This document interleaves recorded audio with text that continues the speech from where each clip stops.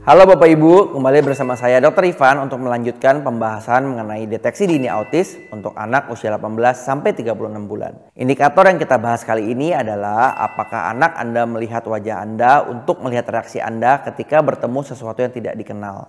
Perilaku ini adalah salah satu bentuk dari social referencing, di mana anak bisa melihat petunjuk dari ekspresi wajah, gestur tubuh ataupun suara dari orang yang ia percaya untuk mendapatkan petunjuk tentang bagaimana mereka harus bertindak pada suatu hal yang baru. Misalnya, jika ada orang asing yang datang menghampiri, anak biasanya akan melihat wajah orang tuanya seakan-akan bertanya, apakah tidak apa jika orang asing ini mendekat? Jika orang tuanya tersenyum, maka anak akan mengambil petunjuk itu sebagai, ya mama papa kenal kok orang ini. Baru anak akan merasa lebih tenang untuk melakukan interaksi dengan orang tersebut. Selain itu, biasanya anak akan melihat orang tuanya ketika sedang mencoba hal baru. Jika orang tuanya menunjukkan ekspresi yang menenangkan dan menyemangati anak untuk melakukannya, maka anak akan melakukannya. Namun, jika orang tua tampak cemas, maka anak akan berhenti melakukannya. Social referencing adalah salah satu bentuk dari berkembangnya kemampuan sosial pada anak. Biasanya perkembangan dimulai ketika anak memasuki usia 6 sampai 18 bulan.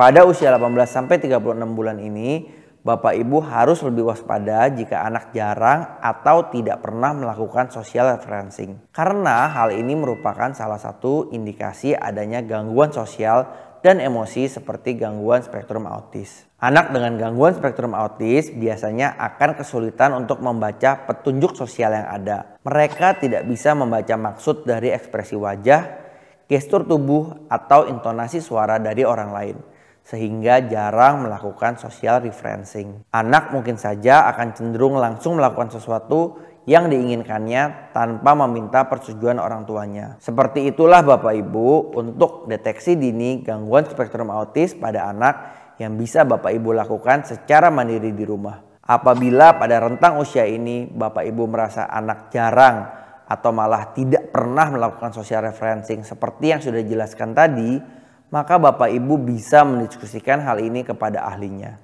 Setelah Bapak Ibu menilai seluruh indikator-indikator sebagaimana yang ditampilkan pada video-video sebelumnya, maka Bapak Ibu dapat melihat nilai dari indikator-indikator tersebut. Jika perilaku itu jarang dikerjakan, misal Anda hanya melihat 1 atau 2 kali, sebaiknya dijawab sebagai tidak melakukannya. 6 pertanyaan nomor 2, 7, 9, 13, 14, dan 15 adalah pertanyaan penting atau kita sebut sebagai critical item.